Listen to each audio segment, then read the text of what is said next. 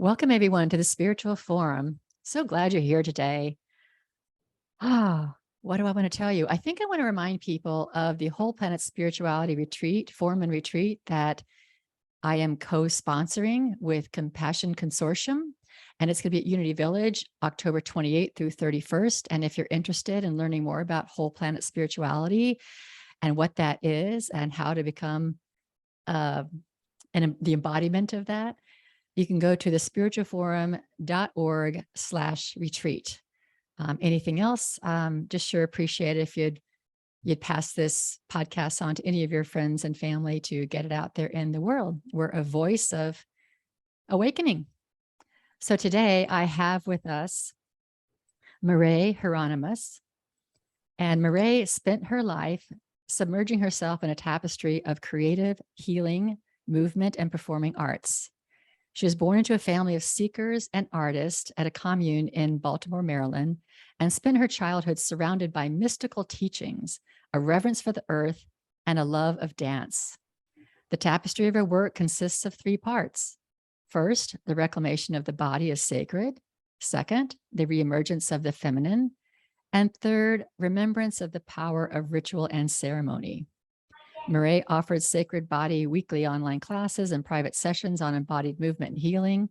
And in the last year and a half, she's authored 3 books: Path of Remembrance, Vision for a New Earth, Systems of Indoctrination and the Wild Rose of the Soul, and Majesty of the Wild, Writings on Freedom. Welcome, Maré. Thank you so much for having me. Yeah. Thank you. It's great to have you. And as I was looking at these book titles, anybody who listens to my podcast know I talk about indoctrination a lot and just kind of awakening from indoctrination. So I was really, really intrigued by the title of that one. So I'm very intrigued by your childhood because, I mean, who doesn't want to grow up surrounded by mystical teachings? Yeah. Well, I feel there was a lot of blessings in my life early on. And I think that was one of them, was the coming into a family that was really, really very quite spiritual and created. There was a whole group of people that created a space where they were working and teaching and living closer to the earth. And then the school that I went to also came out of that, which was a Waldorf school, which is now the Waldorf School of Baltimore.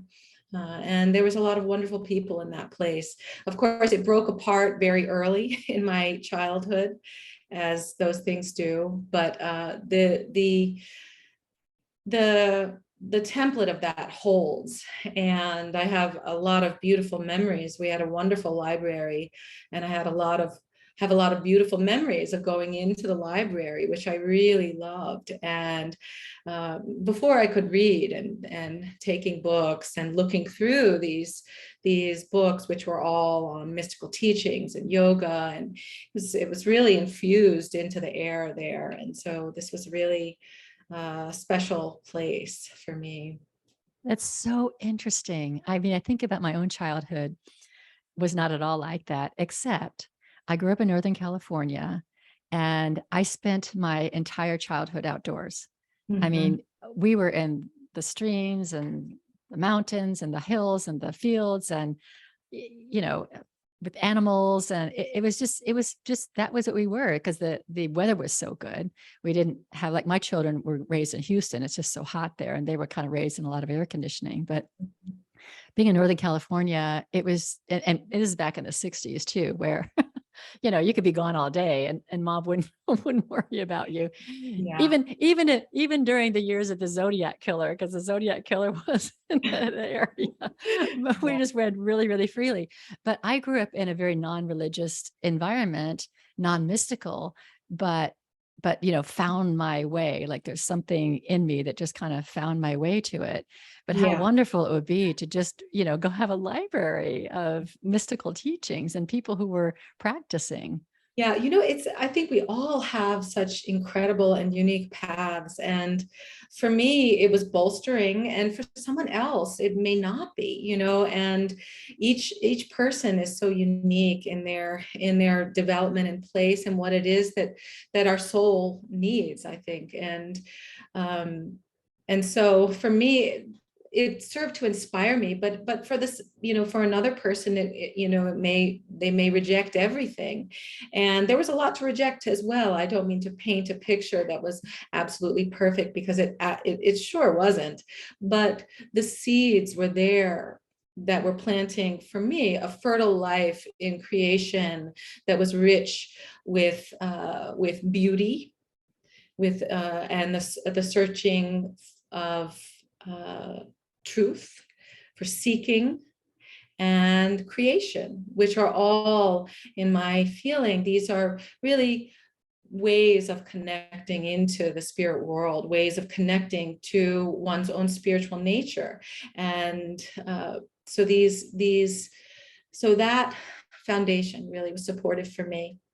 Yeah, I think you make a really good point that somebody else could be dropped in the middle of that and want to do something completely different, want to get out of it. And our souls, if you listen to our souls, we listen to the depth of our being. It's like, we'll be guided. We'll be guided to the right place.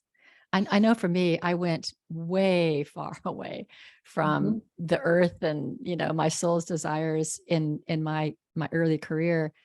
And and I'm finding my way back. And I think I just think the journey is just interesting in that way. You find yourself kind of satisfied in a place and you don't really know why. But if you listen, your soul will bring you to where your higher self has intended you to go. Mhm. So let's Yeah. let's talk about what you're doing now and how you're kind of integrating this beauty, truth seeking, and creation in your work and your life. Mhm.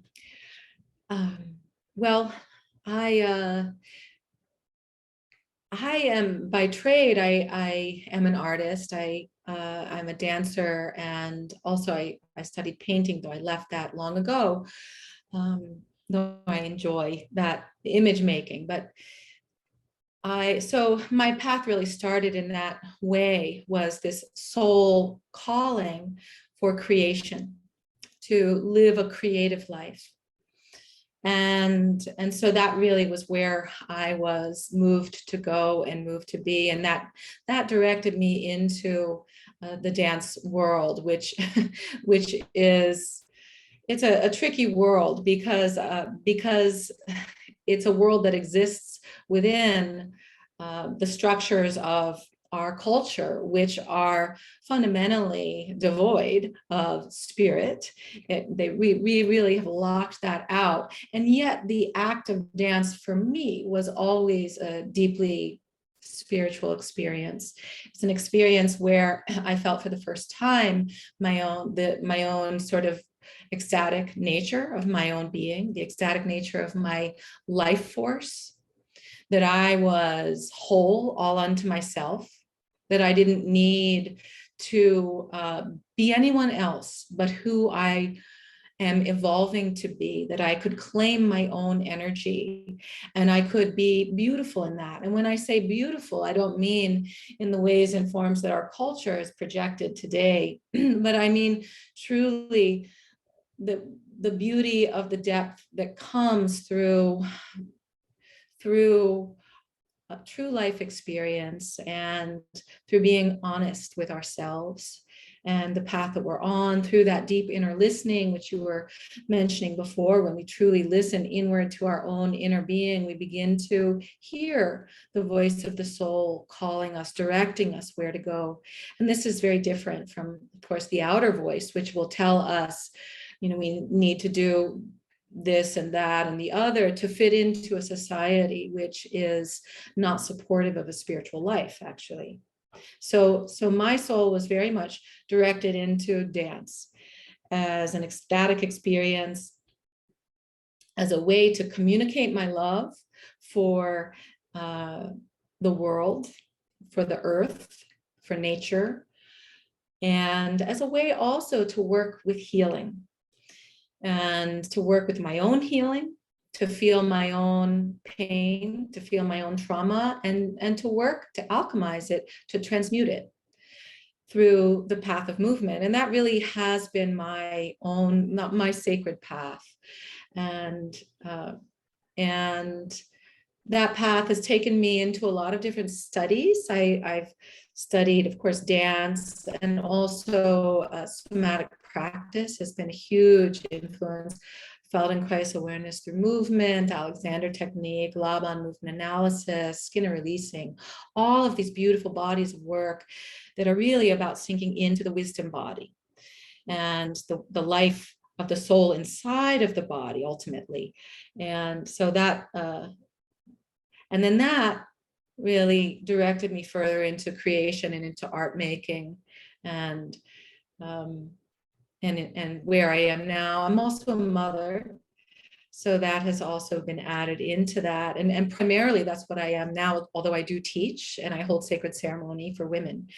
But I take the path of motherhood as my greatest path right now, and in taking care of my child who is still young, so he's not quite in school. Well, hopefully, I've had a lot of awakenings during the last 2 years, since during the COVID years. And one of them was really about our education system. And for me, I could see how I was indoctrinated. I mean, I can see that. I played the good student, and I played okay, I'm gonna go get the corporate job. That's what I was a cookie cutter. I mean, I went through the cookie cutter thing. It's like, okay, I'm gonna go to college and get the corporate job. And I did it for like 20 years. And Wow. it wasn't until recently I woke up, I'm like, what the heck? What if somebody had talked to me about my soul's true desires? What if somebody had talked to me about how can I express beauty? Mm. What if somebody talked to me about um, somatic practices, or, the wisdom of my body? All Yeah. that was so completely lacking. Yeah. And so hopefully, I'm sure you're going to be a great influence on your son growing up, and be mindful of what the education system is doing. Yes, it is really an incredible moment in time, and all of us have had a lot of awakening experiences, I think, in these last years, as we've really watched so much transform in such a short amount of time in our lives. And yeah, it's an incredible moment. Yeah, it really is. Now, you've mentioned in your writing about that we're living through an incredible time of transition. I'm really interested in how you see that. I feel the same way. I know there's a lot of people who think that, COVID's kind of over and things are going back to normal. And I don't see it that way. I see that we've crossed some threshold, that we're not going back to whatever it was before. And that's not necessarily a good thing or a bad thing. I think it's just a true thing. But I'm interested in what you think this time of transition is. Mhm. Yeah, I feel that this is a really cusp moment in time, and not just me, but many people feel this way. It's also highly prophesized in a lot of different cultures. And but I'll speak from my own sight and experience. What I see is that we are really at a cusp moment where the we're really in a moment that we are being asked to choose between two paths, and those paths are very clear to me. The first path is the path of nature, the path of the organic, the path of uh, divinity, I would say, from a perspective of spirit. The other path, I would say, is really the transhuman path. Mhm. And this is the path that's moving into the emergence of man and machine, or human and machine. And this is the path that's moving away from nature. And I understand that in saying this, can sound very strange to someone, This can sound almost like science fiction, but the reality is this is where we are right now. And when we have the ability to step back, this is actually where our culture has taken us. And we are right at the cusp of this moment in time. In fact, it's already happened, but we're right at this cusp where I believe it's imperative that we begin to become more and more conscious of this, that this is actually what is occurring. It's already occurring, this emergence of man and machine. And I think that this is a choice, that we have a choice between these two ways of being, engaging the world and life.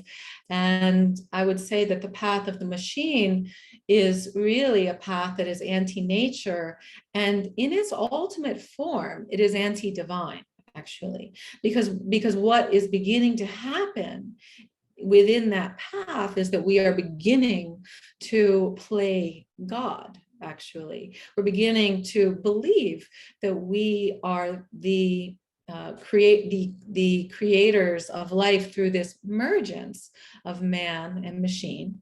And to me, this feels like something to be very wary of.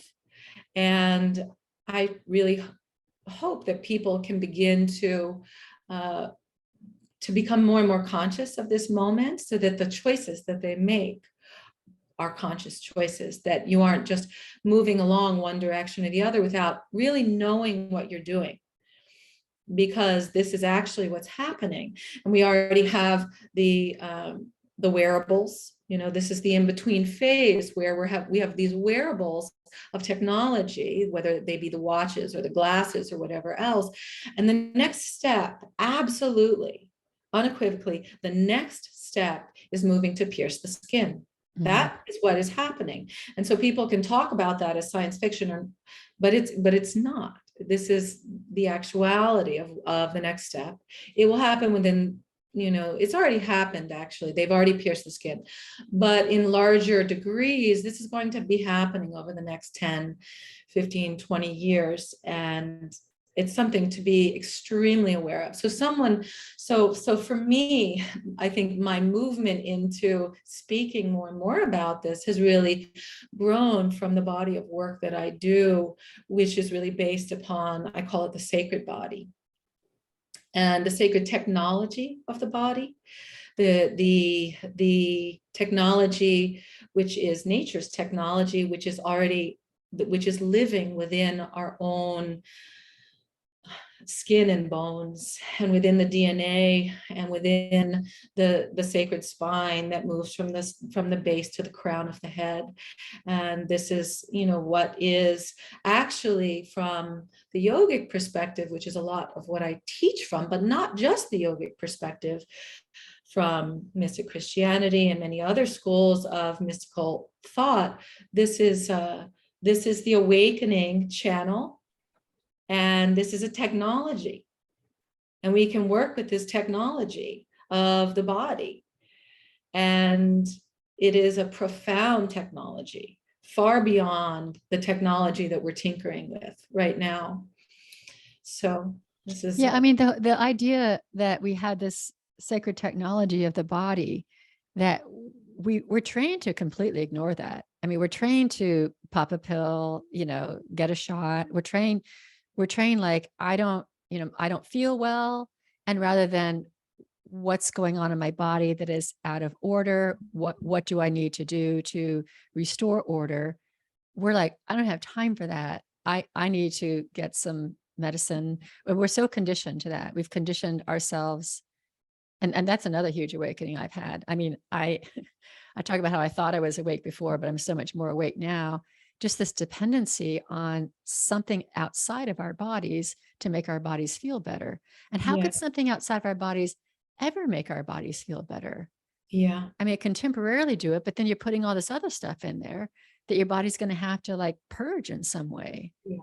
And so I've kind of learned that every time I put in something that isn't what the technology of my body is naturally feeds upon, that it's like some kind of waste that is going to end up kind of building up.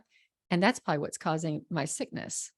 Absolutely. And it's the blockage. It's the blockage of the not only the flow of the lymph, the flow of the blood, but the flow of the energy, the vital life force. So we're, in sort of yoga and all, and also the mystical sort of understanding of the body, is that the body is, so I'll say that our culture sees the body as one thing. It is a physical body. Yeah.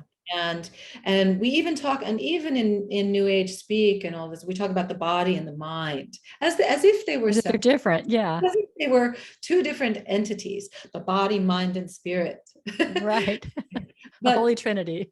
right, these bodies are interrelated, and this is what we have not been taught to understand, is that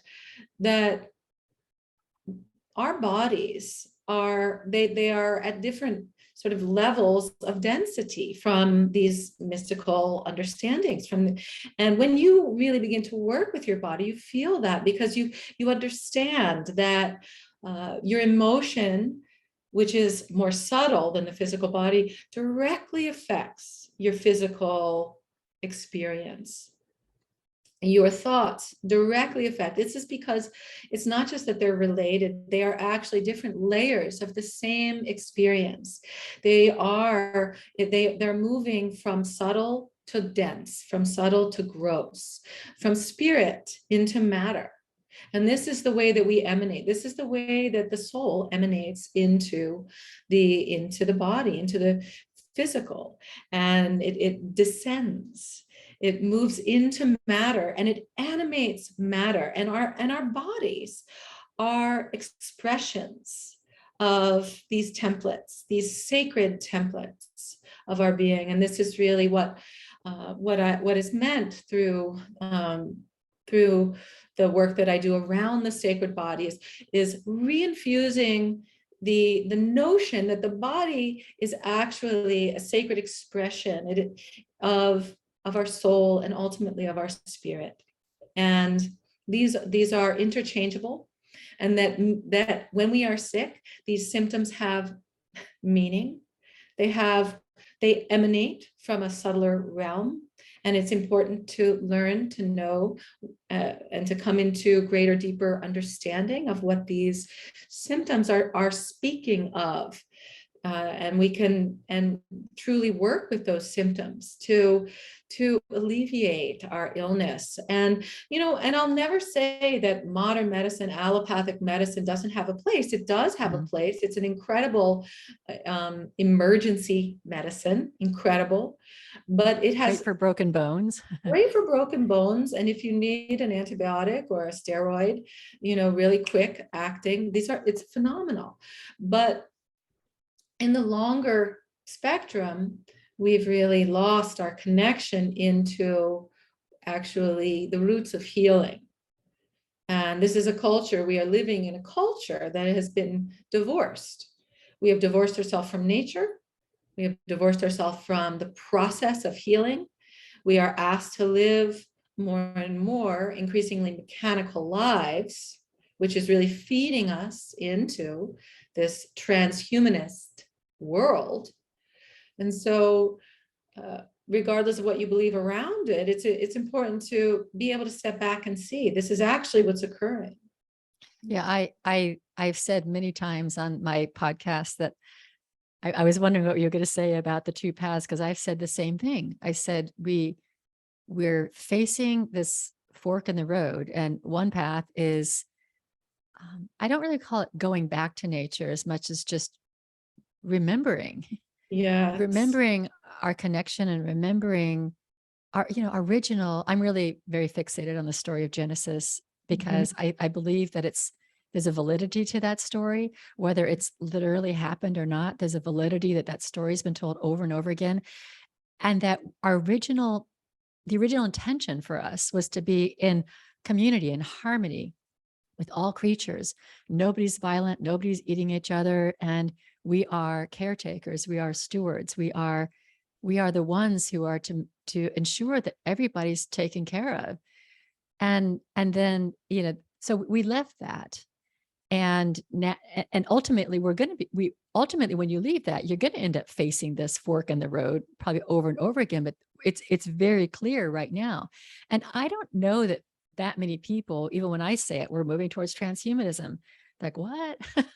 But Yeah. it's definitely happening. And we're also moving towards just mechanization and monitoring of us and the data collection. And I was listening to a speech earlier today of somebody talking about all the towers going up and how there's going to be this facial recognition technology that's going to impact our ability to use our spend or move or whatever. And some people, you could say, some of that's good, some of that's good, but I think it's always going to look kind of good at first, and then at some point it's like, okay, now, but is this even the right direction for us?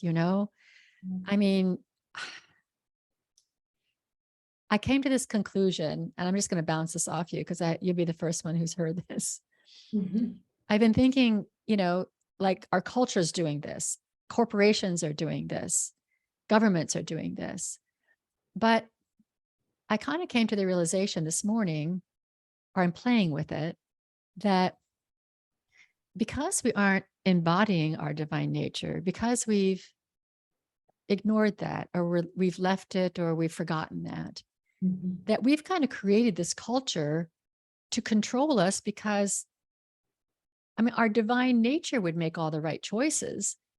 If we were Mhm. living in the divine, we would make the right choices for the earth and the animals and everything, our bodies, we would have healthy bodies. But because we haven't done that, we've kind of reneged on that responsibility. We've kind of collectively created the society that's going to impose on us Mhm. that we behave a certain way. And it's Mhm. because Mhm. we've ignored our divine nature. And so I don't know if that's making any sense to you or not. Yeah, that resonates. Definitely. I feel that our culture is entirely mechanistic at this point, and that really hit home for me. I've always felt that way. I've always had a kind of a very standoffish relationship to our to the dominant culture, I would say. I've stayed away from it personally. And I lived my life making art and teaching, and, teaching. I loved teaching children, college and high school, because that's such a cusp time where I felt like I could really give, put little seeds of ideas into to these young adults' minds to begin to perhaps give fertile ground for the conception of another experience in relationship to the world. But one of the ways that I really felt that I saw the incredible mechanisms and control and insanity around our culture was when I became a mother, actually. And not only the birthing process, which is just full of a lot of insanity, but then as you move into early motherhood, first of all, no one can afford to be home and to nurture their child unless you have enormous amounts of money, and or you really live like borderline on in poverty. And then women are asked to go back to work so soon. Oh, yeah. And then if you breastfeed your child, you're expected to bring around this pump. Yeah. And you cannot imagine. It's the most bizarre thing. What are we, a machine? You're supposed to pump your breasts, Yeah. and you have to do it if you want to keep up your milk supply. Now, I didn't do it really because I made a choice to stay at home, and I was very lucky to do that, to stay at home for as long as I could. And then when I went out back teaching, I only did it in short amount of times. But really witnessing the way that the culture from the very, very beginning, is essentially robbing us of our humanity. I mean, robbing a child of their mother. Countless human beings many of them forced to put their children into childcare so that they can support their family and their life, their lifestyle. And also, instead of supporting women to actually enjoy that first period of their child's life, then we are, they're really also kind of pushed to, you can do it all now. Yeah. Well, You can do it all. You can, and no woman can do it all, and you will go crazy. And so this is where I really thought, wow, this is what we're doing to our women. This is what we're doing. This and it's I found it unbelievable to move through and when we think about it, this is the beginning of every human being's life. So here we are in the very beginning of life, and it's sort of it's the threshold moment coming into this world. And in the very beginning, we are kind of asking our children our babies, our infants to survive without their mothers for long periods of time. Most women are unable to nurse at this time because, or if they do, it's only for about 6 months. I think that's the normal time frame now. When we know that is the optimum nourishment. It's not Bill Gates' synthetic milk that is the optimum nourishment for a child. It actually is a breast milk. So this from the very beginning is pulling us away from our very nature.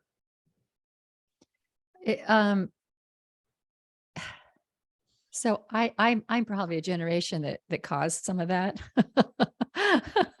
It's so interesting because I had my babies in 88, 90, and 96. Mm-hmm. And I was working in a corporation. I was working as an engineer back then. So I've had a lot of change in my life. Yeah. Yeah. And I have a lot of regrets. Especially with my last one, I was just kind of waking up to, gosh, maybe I should have a home birth. I feel once you get into the hospital, it's so mechanized. And I become, you put they get the bracelet on you. Now suddenly you're a procedure in their world. And it's the most amazing thing that's ever happened to me in my life and ever will happen to me in my life. It's the most special, amazing thing to have this child come out of me.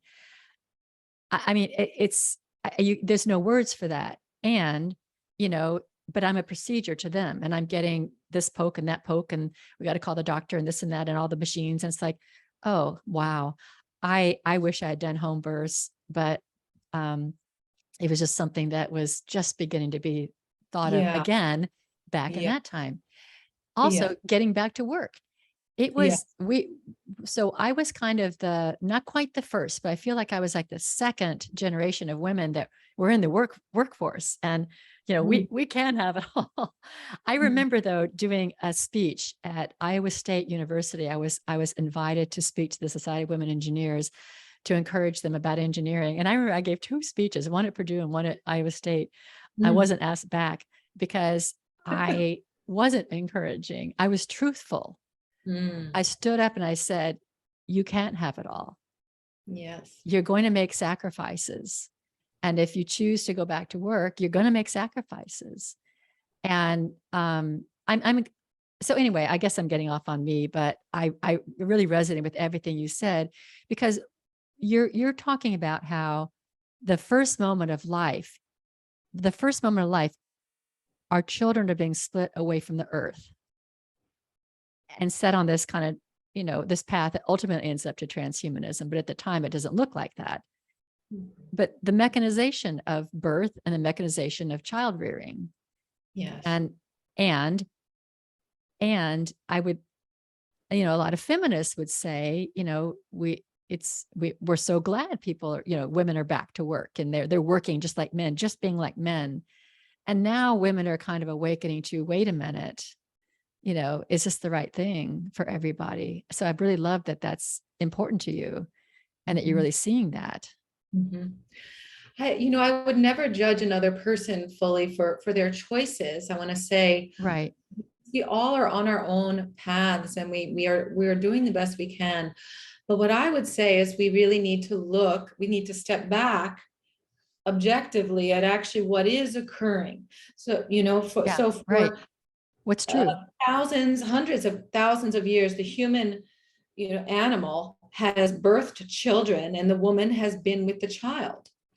And I'm not, this is reality. This is Right. the fact. And in fact, within our babies are so dependent upon us, and they need us, that those that that fourth trimester in particular, they absolutely need to be with us. They need the regulation of our heartbeat. They need to feel that they are protected. And there are so many studies, and it's irrefutable that this is what the human being needs in that infancy. So in the stages of infancy and infancy development. So just looking objectively, this is what's occurring in this culture. Mhm. And I would go further to say that our wisdom lineage traditions have been stripped. And this has been a stripping away from the earth, a stripping away from what we know is optimum for our lives and for our children and for life in general. And women for millennia have given birth in groups, and have been guided by midwives and herbalists who held traditions that were passed down for thousands and thousands and thousands of years. And that we were encouraged to listen to what I call the wisdom body. We were encouraged to tap into that deep, innate wisdom that we all have, and to embody that wisdom to move through these different passages of life. And so with the stripping away of these wisdom lineages, with our ancestral knowledge, which we all have experiences with this deep indigenous ancestral wisdom and knowledge. We all come from cultures that spring from the earth and from this earth wisdom. And with the stripping away, we have moved increasingly into a completely mechanized experience of life, which is entirely new when we look at the trajectory of history. Yeah. All of humanity. Yeah. What we were really moving into. Yeah. And I completely hear you. You're not making anyone wrong for the choices they make, because a lot of people don't have choice, like you say, they have to go back to work. So it's not like people are making the wrong choice, but we have lost our sense of what is natural, and what we've kind of done to what are the consequences of the society. Because what are the consequences, and how do people restore their wisdom body? Mm-hmm. I mean, is that, so I know you do ceremony work. Does your ceremony work help to restore the wisdom body? Yes. I think there are many avenues, ways to address this gap that we have in. It's really a gap of knowledge. The lineages have been broken. This is knowledge this is human knowledge. Mm-hmm. The capacity to work with our own intuitive wisdom and with the signals that are naturally given within our body. This is the human technology that I was referring to before. The body is a miraculous organism, and there are so many systems within the body that are in incredible harmonic balance, and we are a beautiful expression of the natural world and that incredible balance that we see in the natural world, and that can be demonstrated through the natural world, through nature. And there are ways that we have been divorced from that through this culture. And I'm sorry, I want to shut, can I? That's fine. Sure. My son is outside. I I hear him. hear him. I'm going to shut this window and then I'm going to start back up. Okay, that's fine.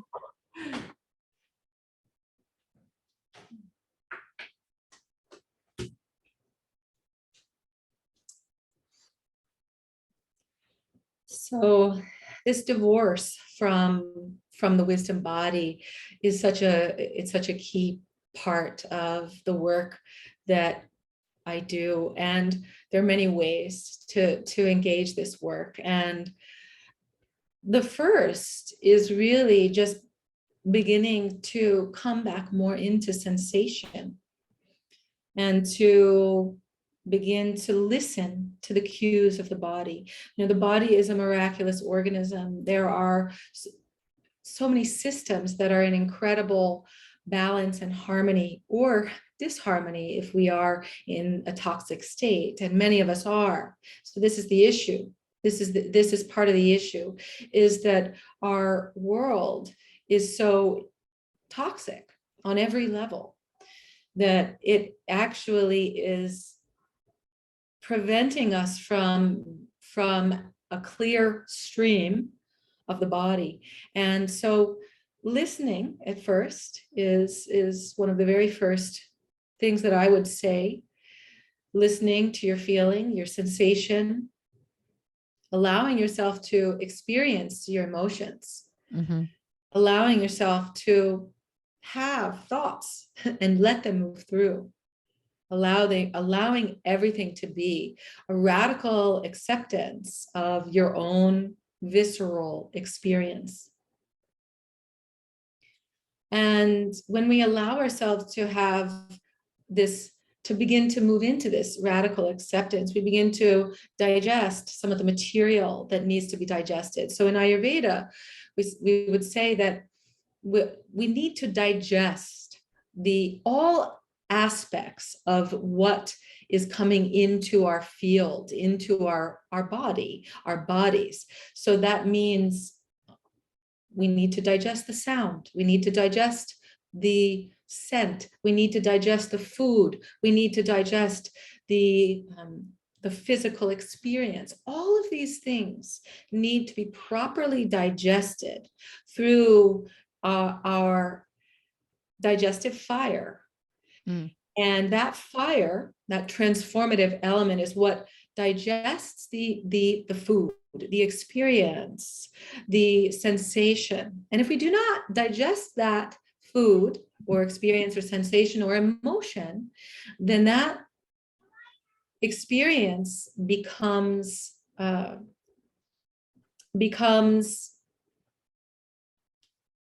almost a toxic sludge. It creates blockage on all levels of our bodies. So on a physical level, we are really being faced with a toxic food supply. We are being faced with glyphosate in our food.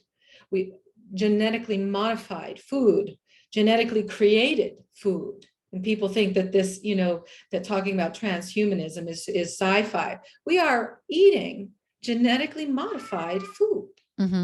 Glyphosate in of itself is an enormous toxin. We are facing enormous toxic load. Our air is polluted. Our water is polluted. Fluoride in the water. This is toxic. Many people don't know this. This is toxic. So we have all of this toxic substance moving in, and the body is doing its best. The body is an incredible organism, and it's doing its best to move this through.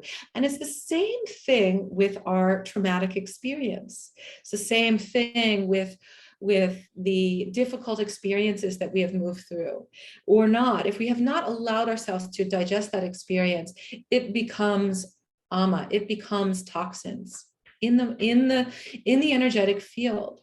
And so moving back to how do we connect to the wisdom body? We have to move into a path, first of all, of experiencing where we are, and also into a conscious cleansing, into a conscious movement of allowing our body to purify what it has taken in. Mhm. and we are so out of balance. Our digestive system is so out of balance, our biomes. We are really in a state of dysbiosis, disharmony, and dysregulation to our own sacred organisms. And so those are some of the ways. And then we can do deeper spiritual work, which is also some of what I lead in women's ceremony in particular. And we can work with journey work. We can work with image work. We can work into our dream state. We can work with symbols and archetypes. And we can work with the soul material of our lives. And we can begin on a very subtle level to transform these things, digest these experiences. Yeah, I love the word digest. That's really interesting. And I think about, you know, how these things, all these screens have Yeah. pull us completely out, Yes. and we're like latching on to the feedback from screens is what's somebody telling me, or what's something telling me, and it really keeps us outside of our body. I believe fundamentally, you talk about the human technology. I mean, to me, that's God incarnate. Like, we have divine bodies. Like, we are perfection. And Mhm. culturally, we've normalized disease. Like, disease is normal. What's your disease? People get cancer. Back in the day, people got cancer, and you're like, oh my gosh, really? Now it's kind of like, yeah, it's going to Yeah. happen to everybody. It's very normal. And people also are told, well, our longevity is so much longer than it used to be. We live so much longer. So of course we're more healthy. We live longer. People living into the 80s and their 90s, whereas the average person, hundreds of years ago might live to 45. So Mhm. everything we're doing is better. But is it? But is it? And Mhm. how could we be living now without the glyphosate, without the GMOs and everything that's mechanized? Mhm. Yeah. Yeah. And is there perhaps a balance, again, of finding the balance between uh, sustaining ourselves? And yeah, sometimes you need to take those painkillers because it's the pain is too much, and it's understandable, but also finding the balance where understanding that Tylenol isn't good for you. Mm-hmm. Actually a toxin, and Mm-hmm. we all must take these things sometimes. And some people don't at all, and more power to them. But some people have really taken an incredible line on this.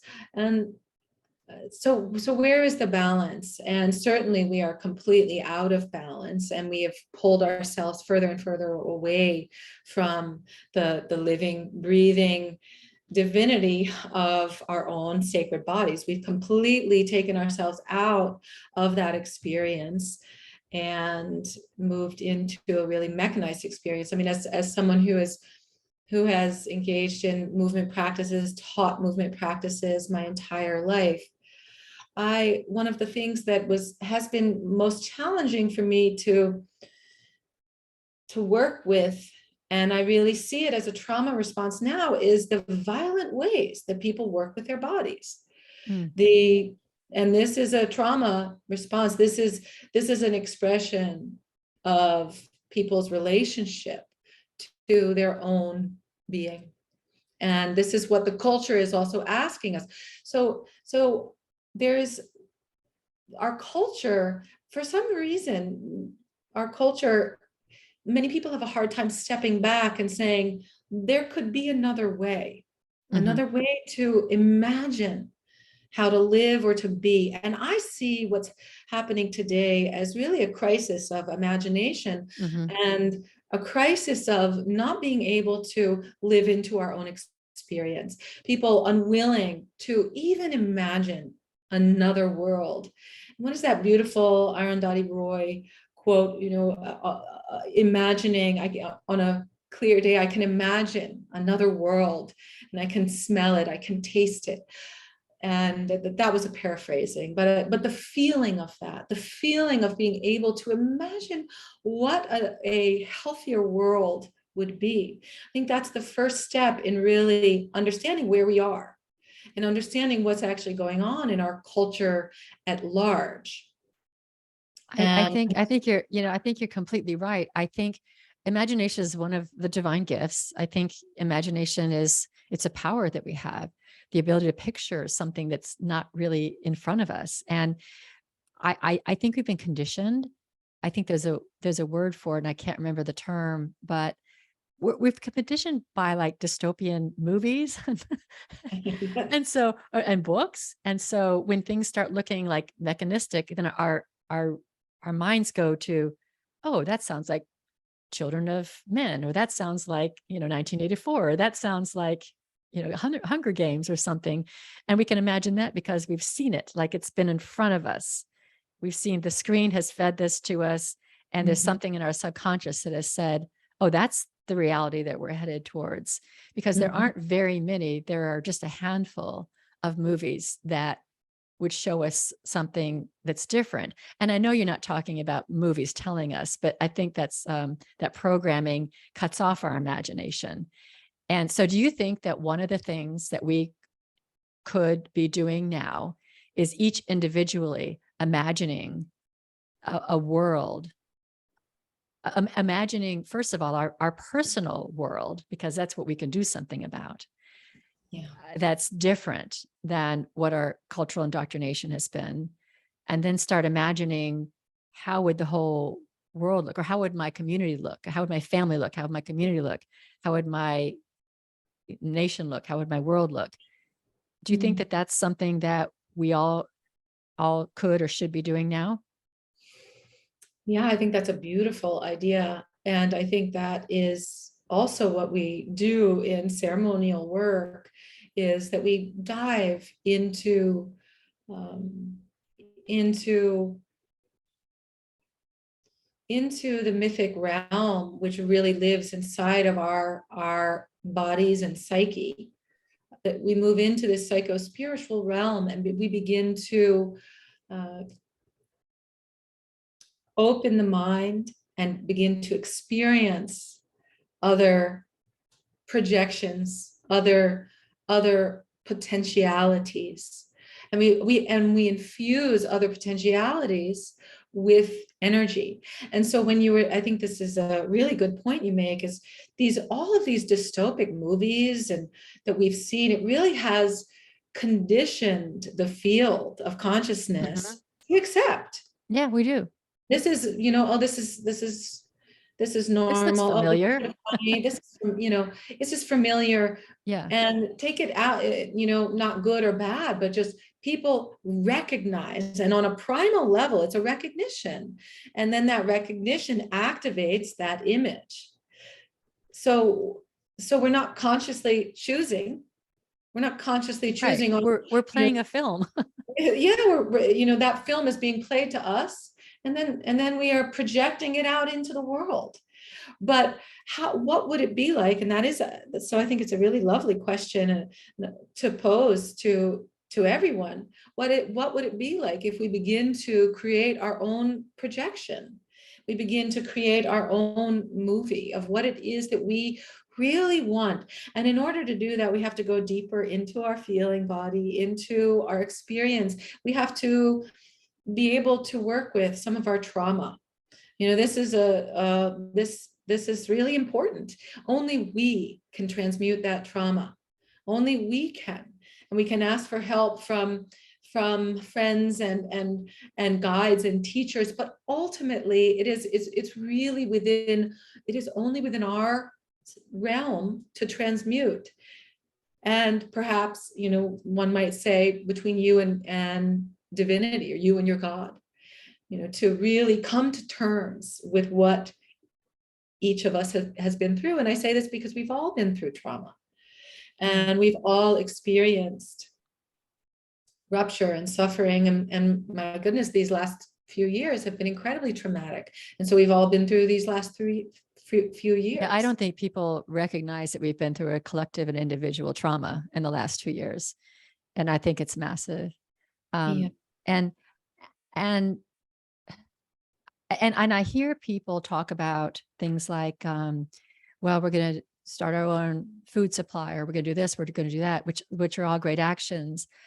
But there's still this enemy that's out there, and they're bad. And I think that's just an indication that the healing hasn't been done. Mm, The one thing we can do, like you say, is heal our own trauma. It's probably the only thing we really can do. I don't know that we can go out there mm, and change the culture. Like, you guys need to stop, or mm, I'm divorcing myself from you. But I think if each one of us did our inner work, mm, then start living the life we want to live to the extent that we can. Maybe you mhm. can't if you're in a smart city, but maybe you can if you've got a little garden, or something. So I guess what I'm saying is, I see a lot of people kind of awakening to this earth versus mechanistic duality, or fork in the road. But I see a lot of people avoiding the work and still Yeah, pointing the finger at those people out there that are forcing yeah, this stuff on us. yeah, yeah. Yeah, and I get it. It's infuriating, and it's infuriating to watch so much destruction, so much suffering, so much pain, and so much wreckage. Um, and at the same time, I think you make a beautiful point that the reality is that, well, there is a lot of fertile ground inside of each of us that is ready to be tended to. And if we each tend to that fertile ground, if we each tend to our lineages of trauma, if we begin to do the healing, the deeper healing work, if we begin to heal the lines, which is a great offering. It's not a selfish work. This is a great offering to one's family, whether the family is aware of it or not, to work to transmute the suffering and the pain that your lineage has moved through. Yeah, And and then, I can think of in myself. I can think of some stories that my grandmother told, mm, that my father told about his grandparents. I can think of some of those stories, but I've never really thought about them other than stories that are interesting. But these are things that you're saying, that like, do they impact me, or is it just you want to heal that for the sake of the collective? mhm. I am saying both, that these, especially in our world where we know so little of our families, we truly know so little of the traditions Mhm, and the secrets and the traumas. That each of our families has lineages of suffering to be mhm. healed, some more than others. Some people know of their lineages more than others. And I would say that they directly impact our lives. I feel them in my own self, the ways in which, I'll speak for myself, the ways in which they've held me back, the ways in which these certain experiences, which have been mysterious to me, parts of my own personality, which get revealed when I hear stories of my own family, when I understand both negatively and positively that that lineage is alive in me. And until I recognize, especially if it's really pushing on me, if there's some trauma, until I kind of do that digestive work and honor and recognize and transmute and transcend the suffering, move it into the larger field of possibility, then it remains a blockage for me. And I carry it forward and I pass it on. I pass it on to my child and so forth and so on. Okay, And so if somebody who's listening wants to do that, what would they do? do, Want to help heal the lineage of the trauma. yeah. Well, I would say that to learn your family's stories and to begin to feel into them as well, to examine your own felt experience in relationship to these stories, Mhm. and to notice how they live inside of you. And also you can, and now also connect to the power lineages. You know, I have my grandmother who passed on several years ago, really has acted in a way, I would say, as for me, a very powerful figure. And I didn't even realize it when I was alive. I didn't realize the love that she was infusing her food with, the way that she was Mhm. caring for me in an unspoken way. And you know, and when I sensed back into her life, she was a farm girl and one of 8, and she lived her life in nature. She was incredibly creative as well, and she also was sort of like a makeshift herbalist. So, you know, she was in World War II. She was also a nurse. And so all of these things, you know, she was a healer. She was an herbalist. Mhm. She was a mother. She loved to cook for her family. She, you know, for us, and she would make these meals every Sunday night. And this was how she shared this love. And so understanding that through that energetically, she was really passing along it wasn't just love. It was a way of being in relationship to the world, to life, to nature. And she was sort of moving it through my system, I feel. And now, as she's passed on, I feel her presence even stronger as a holder of sacred femininity, Wonderful. Yeah. the women's wisdom lines, a protector, and how that has streamed through me, you know. And these are all topics that I have engaged very differently, but in the same way in my life. You know, these the creative, the healing, the desire to embody my own life and to honor my sacred feminine nature, and to claim that, and to claim the rise of that, to claim the rise of femininity, and not in a masculine way. Right. And there's nothing Right. wrong with that. There is nothing wrong when I am claiming this. Yeah. There's nothing wrong with anyone who experiences any differently, you know, but claiming my own sacred feminine nature is part of my lineage and part of my soul story. And my grandmother has been a massive part of that in the way that she infused that into her food, Yeah. you know, and it, Beautiful.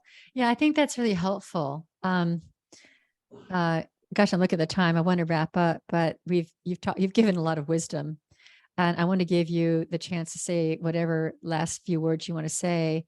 But I am really inspired about your story of your grandmother, because you conjured up images of my own grandmother and how she infused her loving energy into the food and the way she wrapped Christmas presents. I mean, I can just see her hands wrapping this Christmas present so perfectly. And I haven't given it a thought until you just brought this up. So I'm going to do some of this work myself and integrate her into my being. So I mm, appreciate that. Thank you. yeah, Yeah. thank you. Do you want to say anything before we close? Well, I would say that each of us are so uniquely beautiful and powerful in our own ways, and not to be afraid to dive into your own inner experience and to really claim your own healing. It is necessary to claim our own healing and our empowerment, and through that to begin to individuate ourselves, each of us, from the collective. Because what we're seeing right now is a sort of a mass hive experience of reality. And what I would say is that's not the only reality.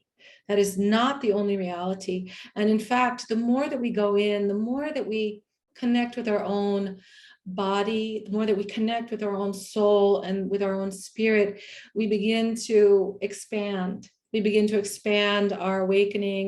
We begin to move the natural process of awakening through the body, which is a conjoinment of the sacred energies inherent within the body, the masculine and feminine, the yin, yang, the Shiva, the Shakti. And these energies conjoin and they come together and they rise and they make us even more of ourselves. They don't erase who we are. They don't make us invisible. They make us who we are. They allow us to become who we actually are meant to be. And so I would say that each person, my wish for every human being on this planet is the time, the space, and the ability to connect with that sacred aspect of themselves so that they can feel that divine, ecstatic experience in their own life. So I just need to ask a couple clarifying questions. When you talk about hive reality, what you're talking about is kind of like a group think, or that like the whole group says this, and so therefore I must say this, or this whole group believes this, and I must believe this to be, and being part of a group is really more, has more value to being the individual, sovereign, divine self.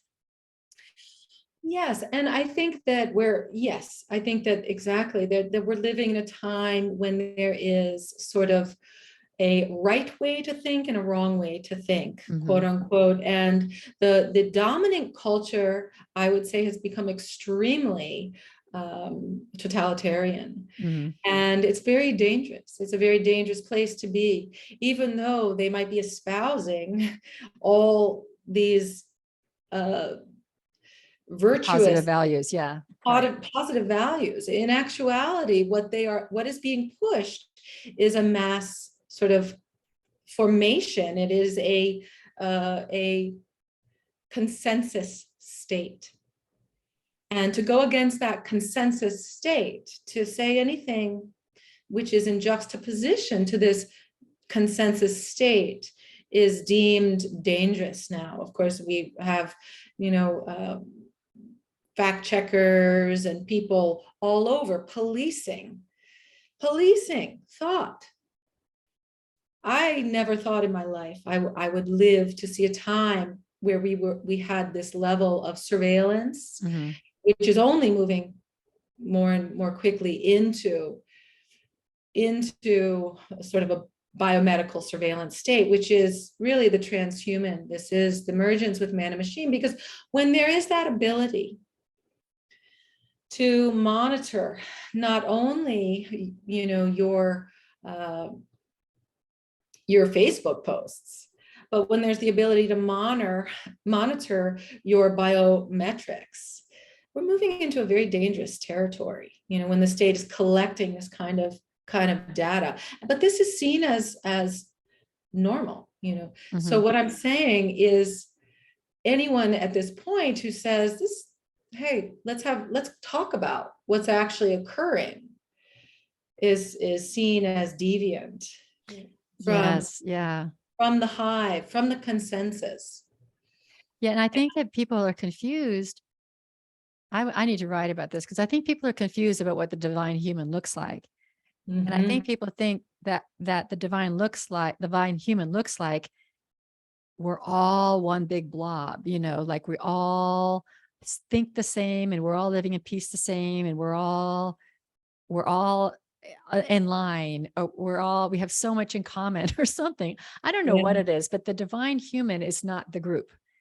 I think that we are social beings and we need groups, but the divine human is very autonomous. The divine human can make its own decisions based on the guidance within them, when they're very connected to their soul and their higher self, and doesn't need an outer authority to tell them to do this or to do that.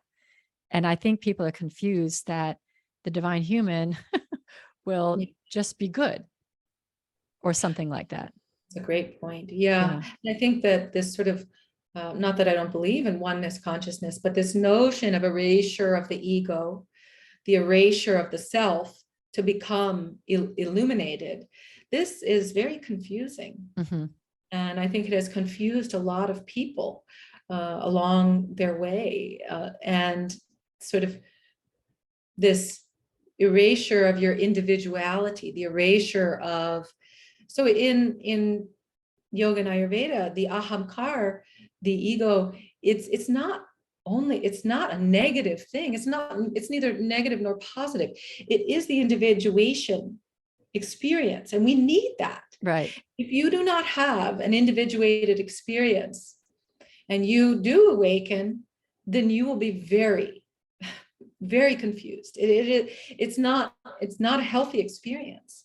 And there are many examples, I think, of people who have an awakening experience, but because they don't have a center, and this is where we can talk about it physically, because there is no center, then the whole consciousness becomes dissipated, and it's easily pushed around, it's easily taken down, it's easily overwhelmed. And so the individuation process, as you're speaking to, is really key in understanding who we are and becoming more and more who we are. And as you say, the divine human. We don't erase ourselves, Right, to become divine. We become more of who our soul is, and we connect into the larger aspect force of our spirit. And then spirit speaks through us. Spirit speaks through us. Yes. Yeah. I think that's wonderful. Okay. Well, Maré, I think we could keep talking, but for our listeners, I think we'll say goodbye. It's been really great having you, and it's just been really an interesting conversation. And I really appreciate, another that sees the two roads and this transition that we're in. And I just love the way you are inspiring people about the divine feminine and motherhood and the lineage and all the things you talked about. I think it gives us a lot to think about, and then to feel, and then to embody. Yes. How do we embody? That's the great question, the great work, The great work, the hero's journey. Thank you so much for having me. I've really enjoyed this conversation with you today. Oh, it was really my pleasure. And I always appreciate the generous listening of all the listeners out there. And I know that they were really, really blessed by this. So thank you, Maré. And I now close the Spiritual Forum.